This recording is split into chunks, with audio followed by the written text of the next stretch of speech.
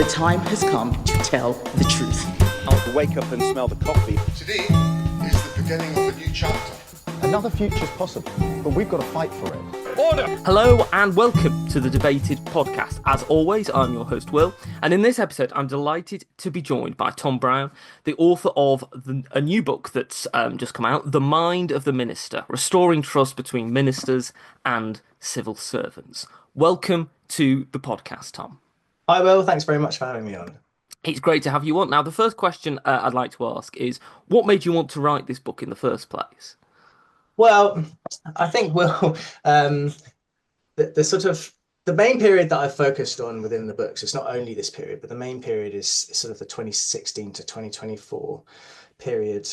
And when you're looking back at that period, it is stark in the health of the relationship between ministers and civil servants. I've been working with ministers and with civil servants around the world for quite a few years now. So I work with lots of different types of officials and politicians in lots of different contexts.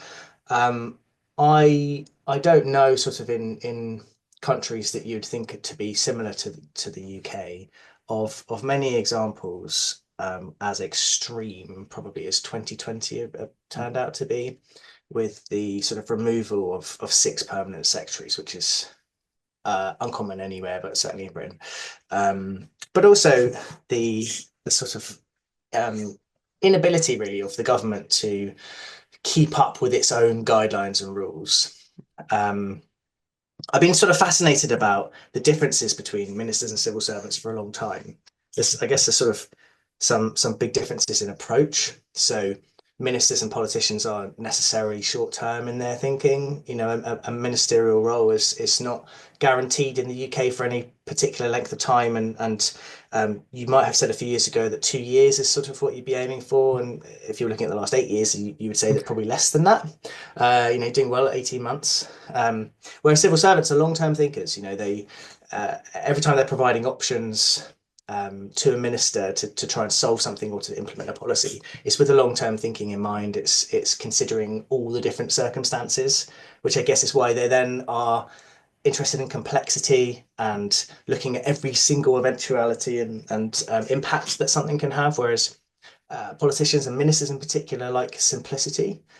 They want to get down to the core message, what can be communicated, what can be understood, which is also totally valid, what can be understood by the public.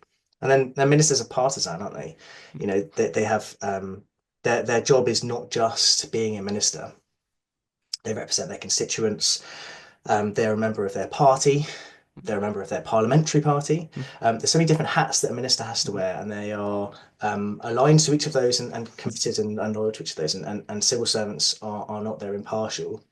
I wouldn't say that civil servants are necessarily sort of apolitical, but they are impartial, and that's a big difference, you know. And so the differences between them, and that's a very kind of a bit of a long way of me saying that ultimately, you know, from my vantage point, the trust was really broken in that period. It needs to be rebuilt, and it's a really absolutely vital relationship that I don't think gets an enormous amount of attention outside of some quite small and influential circles. It's you know, that relationship is the basis on which all government activity rests. So everything that the government wants to achieve is achieved through the civil service ultimately in terms of delivery. If that is not a healthy relationship, then the ability to do that is curtailed. And ultimately, you know, sort of not to get too grandiose about it, but from a democratic standpoint, democracy does rest in the UK quite heavily on the health of that relationship as well. Because if the government in its totality is not able to deliver successfully upon its promises and its mandate, you know, the reason that people voted them in the first place, then what does that say about the health of the democratic process? You know, it's one thing to say we will do all these things. Well, if you can't do them, or if you are curtailed in the ability to do that because you simply can't work with the delivery machine, then that's a massive problem. In which case, then, you know, that's sort of point 1 and 2, and point 3 then is that public trust in institutions is damaged, because if the delivery machine, as it were, that's a bit sort of um, in, depersonalized, I suppose. But if the civil service is not, if ministers aren't able to work well with this with the civil service, then and those promises are not being delivered on, then that's a sort of core component of trust in institutions from the public, and that presents a pretty enormous problem, I think. Absolutely. And you mentioned obviously the period 2016 to 2024 as the main focus of the book, and 2020 being a real flashpoint in the relationship between ministers and the civil servants. To what extent do you think that the period 2016 to 2020 was as the result of ministers in some ways feeling a sense of flack from the public in terms of executing the kind of like the overarching political story of that period, Brexit, and the extent to which, in order to try and deflect some of that flack, that ended up with them effectively blaming the civil service in some instances quite publicly. And how much do you think that that links into a lot of the issues that we saw during the Brexit referendum around British politicians on the Leave side pushing back against what they saw as EU bureaucracy and the kind of like, we shouldn't be listening to experts, that kind of thing? Well, there's no doubt that Brexit itself caused a crisis context within government, and regardless of whether you think it was a sort of it's the right it's a positive decision to leave or to remain, regardless of that, the circumstances that it created were not circumstances um, that institutions or that the government was used to. We know the political story of this, that the government that came in wasn't a ready-made one, wasn't off the back of the referendum result either. There was a sort of a lot of finding the way through. Even the story of if you were to write the script, it would have been that Boris Johnson would have become the Prime Minister in 2020, or sorry, in 2016, and he didn't. And I think so much of the context made this a difficult situation. So I talked to a lot of my book is based on interviews that I did with quite prominent former ministers and former permanent secretaries. And one of them was the former permanent undersecretary of the Foreign Office, Simon MacDonald, who had a tumultuous relationship with Boris Johnson. I think sort of a lot of ups and downs. And he shared a story with me, which he has shared publicly, which is that on the day after the referendum, he gathered his sort of top team and said, this is worded better in the book than I will say it now, but essentially, Simon, voted Remain, and I think lots of you did as well. But we absolutely know what our job to do now is. We know what we have to implement. We have to separate what we voted yesterday and what now the result is that we have to work on. And that didn't leave that room. And the first time that was publicly acknowledged was a couple of years later when he revealed it himself. So he leaked it. He leaked it about himself years later. But I think there was a big sort of underlying dynamic there where lots of ministers assumed that because, and probably rightly, so the first part of the assumption is correct, which is that a lot of civil servants probably did vote to remain in the EU. But they assumed that that would then mean that they were anti-Brexit. And my experience of civil servants, particularly at senior levels, they're extremely professional and they take very seriously their commitment to both impartiality and also serving the government of the day. And they have most civil servants that I know at senior levels are very good at being able to separate what their personal view about something is. And they do have personal views, and they of course they should. They're humans, you can't sort of completely remove your own emotional reactions or opinions on anything. But the skill which they have is being able to ensure that that does not impact on the ability to then work out and deliver what the government's direction. And perhaps you could go a step further if you wanted to and say that actually very good thing to have a diversity of views in there because you can provide good challenge to underlying assumptions, or if you're looking at evidence bases to say there's lots of different ways of looking at this, we should make sure it's more robust by challenging it and stretching a little bit. So I think that there were loads of problems caused by the context, and I think going back to if you'd written the script, it would have been that Boris Johnson became Prime Minister straight away. Well, he didn't, and the subsequent years were him chipping away at Theresa May's government, and Dominic Cummings sort of coming to a boil at the point that when they did sort of jointly come into power, Cummings came in with this very difficult to navigate mixture of probably a very correct set of criticisms of the civil service and its weaknesses. That it's not well connected outside, that there is some big gaps in deep knowledge and skills within across civil service in specific areas. Lots of those diagnoses were correct, but his prescription was completely sort of not connected in with reality, and to the point where if you are looking at the systems and structures that we've all agreed that we work with him, he was an unelected advisor who was making decisions frequently without the oversight of the prime minister, which I think it's been documented by so many different people now that I think let's take that as a given now that is true. Like that is not the position that any political party of any persuasion would say we're happy to be in this country. And so you've got this war really, which is being waged. The sort of the flag bearer of that from one side is this guy who's there who's not he's not really accountable to anybody because he certainly didn't seem to be accountable to his own boss. But who else would he have been accountable to because he wasn't elected? So that also is a massive problem. And his war was not just against the civil service. Very publicly, he sort of Sajid Javid twice came sort of under fire from Cummings where Cummings undermined really the sort of cabinet of ministers approach that we've agreed upon in this country by trying to centralize the special advisor system. And the second time Javid said no self-respecting person would stand for this, and he resigned. Cummings stayed, and the team was centralized, and something new was tried. So that is a very difficult set of political circumstances for civil servants to operate in and to work with ministers within, because where do ministers stand if they have lost any degree of autonomy whatsoever?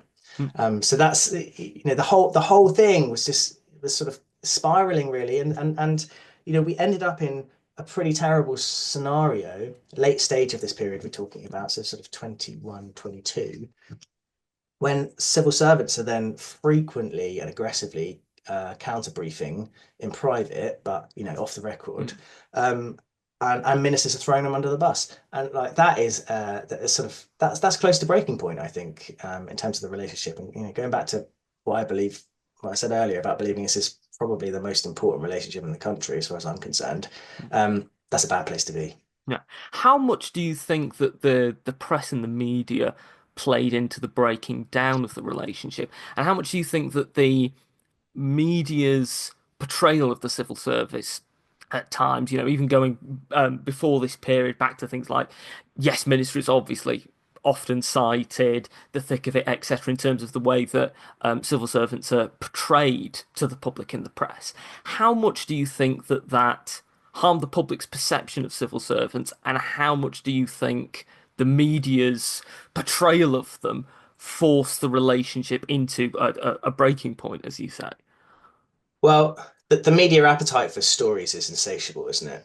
I think it definitely did not help, and it suits some parts of the media to have that type of adversarial context and that type of conflict. It's unfair that civil servants are not allowed a right of response. And that's part of the deal, really. So it's unfettered then. the media can say essentially whatever they want, and as long as they are on side with the politicians who are allowed to talk in public enough, there's no other side to it. So they can perpetuate a narrative as much as they want, and it's easy clickbait, but it's also easy reading, isn't it? There's no, you don't need analysis on it. You can just say stuff. You don't need any sort of evidence base either, because there's no other side contributing to this the story. So I don't, and the media absolutely, it did not help. I think that and another person that I talked to is Rory Stewart, who sort of now sort of very well documented, has lots of criticisms of the civil service, and um, I definitely understand a lot of his criticism. I think one of the underlying things for him is that he didn't feel the respect from civil servants that he should have done, and that is, I think there'll be lots of civil servants that would disagree with some of the examples that he gave, or try to explain them, or say that no, there's lots of things you didn't understand, Rory. And I think part of the problem is it's not that, like, who is right and wrong. The part of the problem is that a minister should not feel undermined, and a minister should not feel disrespected by the civil servants that they're working with, and that is a problem. And I think that in any of his anecdotes. I've got loads in the book, but he's got loads in his own book, as well. So it's not easy to find. They all stand up for that reason alone. So a minister should not be feeling like that. And I've sort of tried to use 5 areas in order to build trust. So that the relationship should be based on logic, on empathy, being able to understand each other, on authenticity, respect, and competence. And those 5 things, I think, can really build trust between the two sides, and they've got to try and seek to understand each other. But coming back to sort of yes minister, thick of it, I think lots of people think that surely it must be somewhere on a spectrum between the two of them. And I think what I'd say is that, firstly, the thick of it, to my knowledge, only has one civil servant in the entire show, which is Terry Cloverley, the sort of hapless comms official. So it doesn't tell us a great deal, aside from the fact that special advisors have risen to prominence over the last few years, and that is true. But civil servants have a lot more involvement than is acknowledged in the thick of it. And then with Yes Minister, so I guess there's 2 things to say about Yes Minister. The first is that at the point when Yes Minister was written, it was looking backwards at a period where potentially the show itself was reflective of the real life relationship.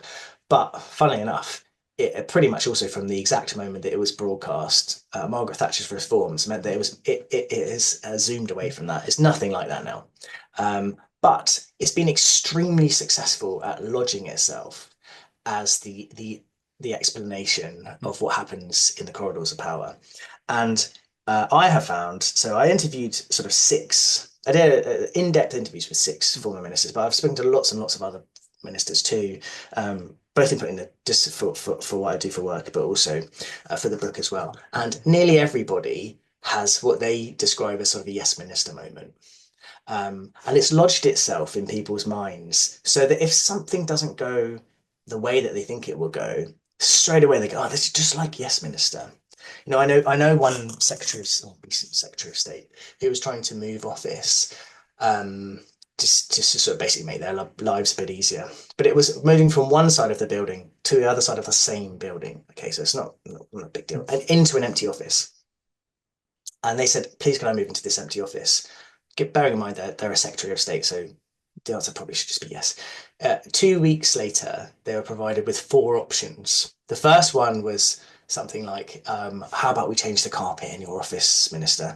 The second one was, we can switch from blinds to curtains, if that would allow a bit more light into the, and the fourth option was that we can explore moving into the office and see if it's available. So I already know it's available because it's empty. And I've said, and that person said, that it was just like Yes Minister.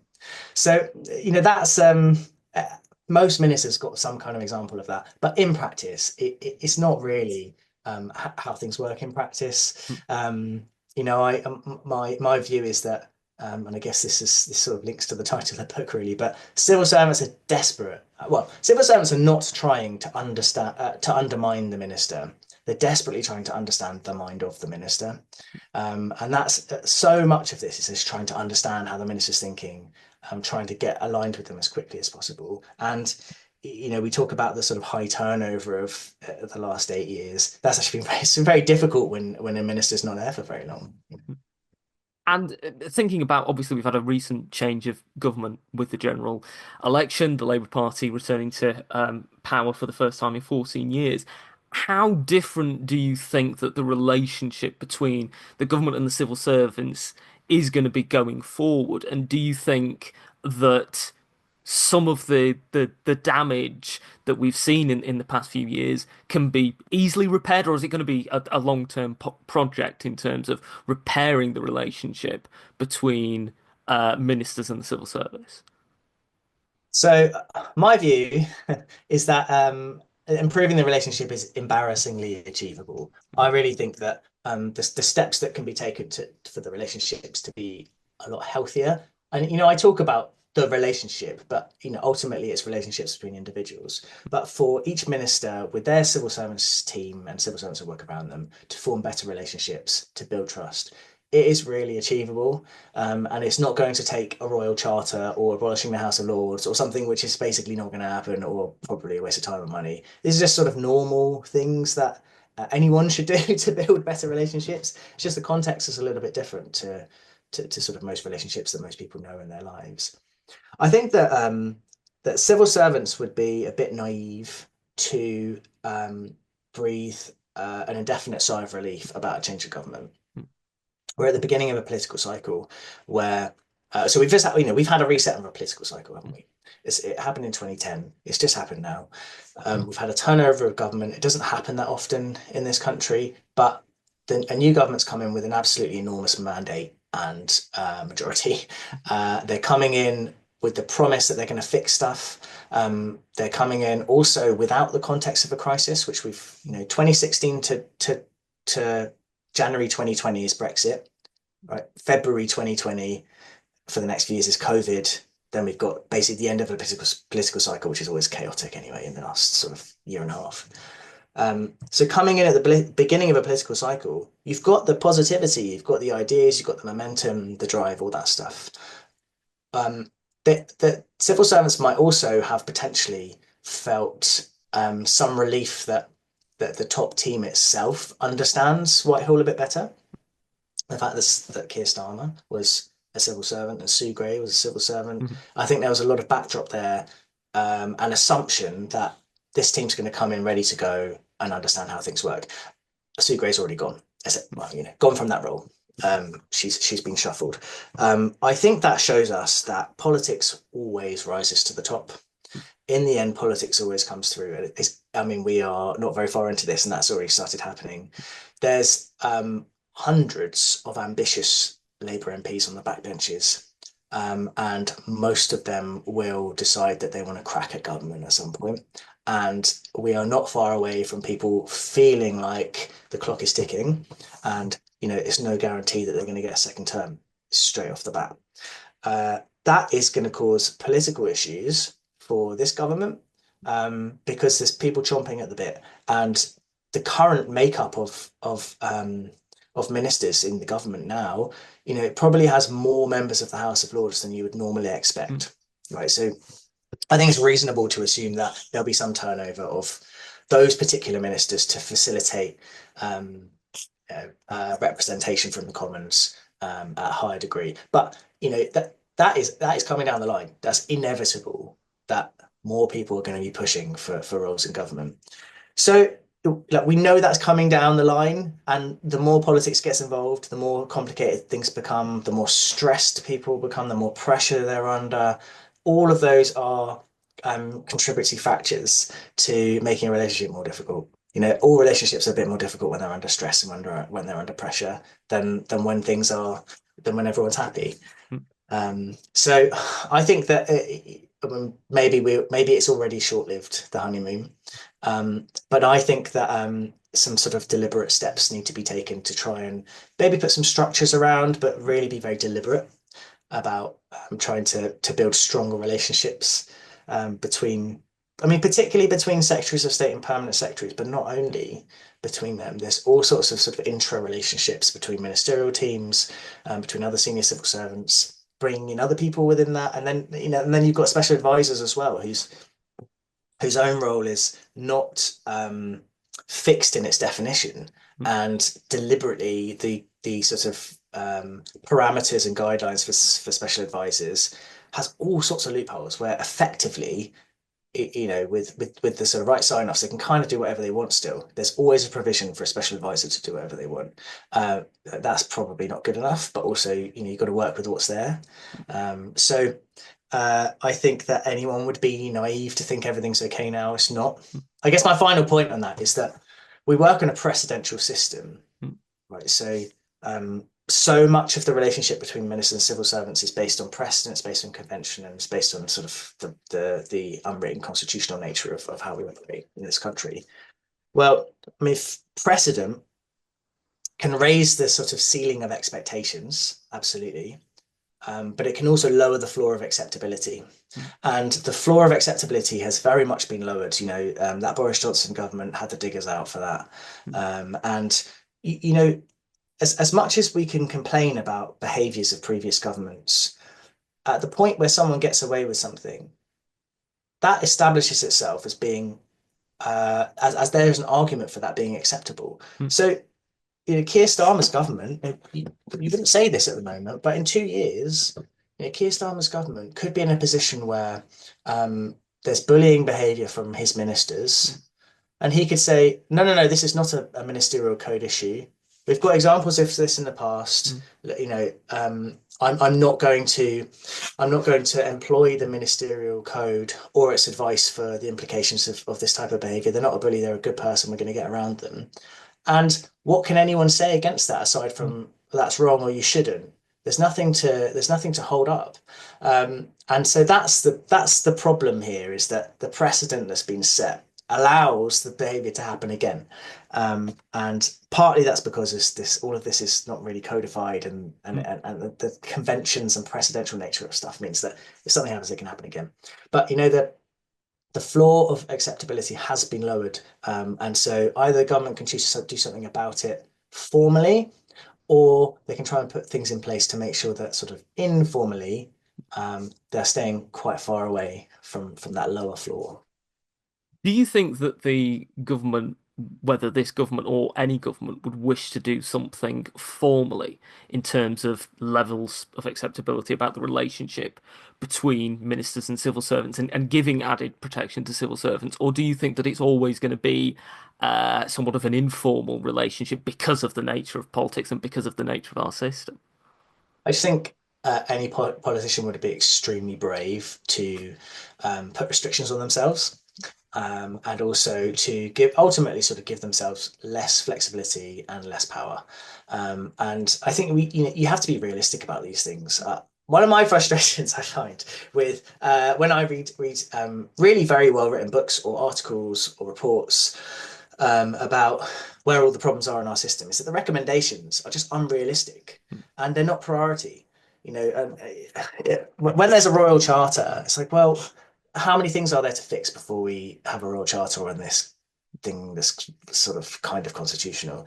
It's probably not going to happen. So I'm my own preference is to focus on sort of practical steps. I personally, I just don't think it's realistic to expect politicians within a government to restrict themselves. I think it would be sensible because no one's in government forever.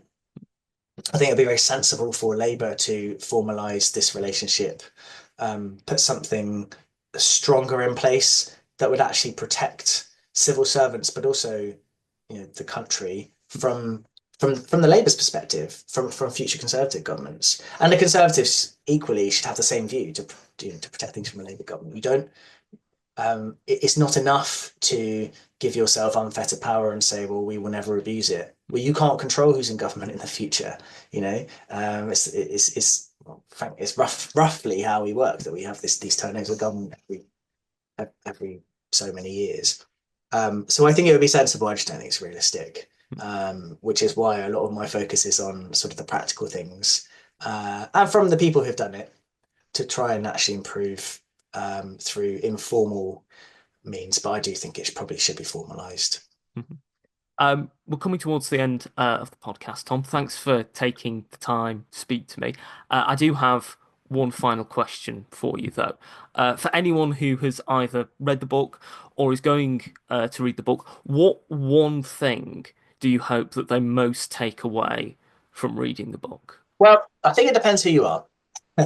I hope that future ministers and ambitious civil servants, I hope that they will spend a little bit of time thinking about how they want to work with and operate within a government structure, to make decisions about how they work with other people, to take positive steps to make sure that from day one they're building trust. I would hope for something similar from existing. It's not too late if you are listening and you are a minister now. I hope this book will help you.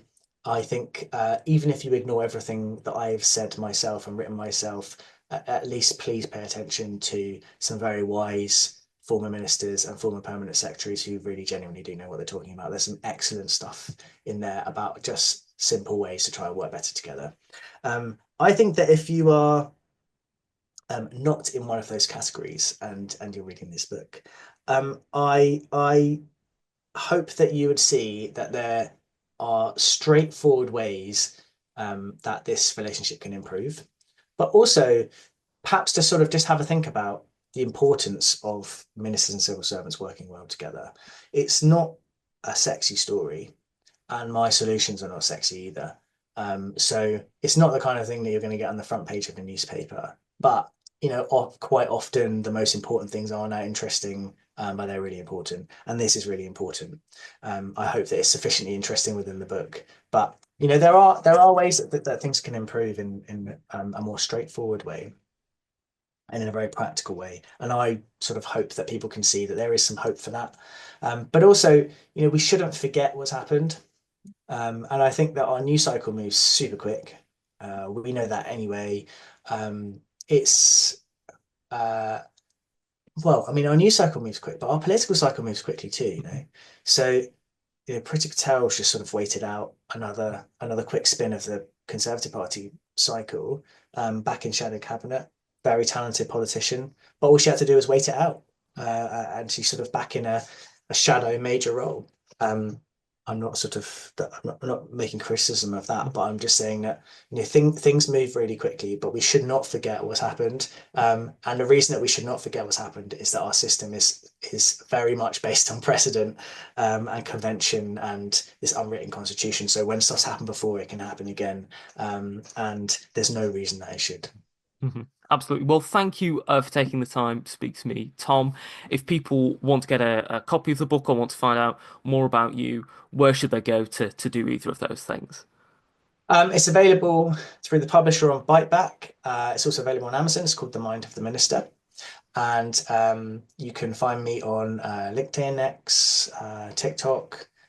So yeah, a few different locations. Yeah, can I give you one? Let me give you one anecdote at the end. Yeah. Let me give you one, because I think we've just had a load of ministers coming in, and we're going to have lots of ministers come in. There will be a reshuffle at some stage. And I talk to every minister about their first day, and every minister remembers their first day. And I've had lots of really good ones, and some people they almost miss it. And I know of stories of ministers, of MPs who did not pick up the phone, missed the boat, and never made it into government. And one story that was fortunately did not happen that way, but Harriet Harman was waiting for a call, and her daughter was at home, and I don't know if she'd gone out or she was away from the phone, and she came downstairs and she said, have there been any calls? Have there been any calls coming today? And her daughter said, yes, just one call from number 10 down the street, but I told them you can't talk because you're waiting for a call from the Prime Minister. And I put the phone down. She said, 10 Downing Street or 10 Downing Street? Which one? And it was from 10 Downing Street. So she had to call back the switchboard. But true story is what I understand. But ministers are people too. And I think that's a really important thing. And so are civil servants. And I think we can forget that sometimes in the media. So maybe that's my final thing that I'd like people to sort of take away from this book. Well, I think it's a perfect thing to take away from it, and it's an excellent book. So, I hope people listening go out and purchase a copy. Thank you once again for taking the time to speak to me, Tom. Thanks, Will. Thank you for listening to this episode of the podcast. If you've enjoyed it, you can subscribe to us on iTunes, Spotify, Podbeam, and Amazon Music. You can also follow us on Twitter, @DebatedPodcast, like us on Facebook, Debated Podcast, and if you'd like to get in touch with us, whether about appearing on an episode of the podcast or commenting on an episode that you've listened to, you can do so at thedebatedpodcast@gmail.com. Thank you for listening. I hope you listen to the next one.